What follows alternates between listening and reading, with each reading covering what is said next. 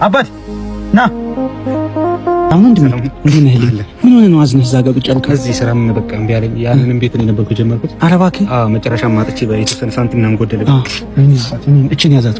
አመሰግናለሁ። ችግር የለም ና ግባ። አይዞህ አታልቅስ። ልግባ ውስጥ አይዞህ አባቴ አይዞህ። ቀና በል አንገትህን አትድፋ። አይዞህ ነበር። ምን ነበር የምትሰራው? እኔ ኮንቲነሮች ምናምን አስመጣ ነበረ። መንገድ ላይ ናፍጣ ጨርሰው ቆመውብኝ ተቸግሬ። እኔ ያልቆመበት ማን አለ ማለት ነው? እኔ ምሳ ምናምን በልተሃል?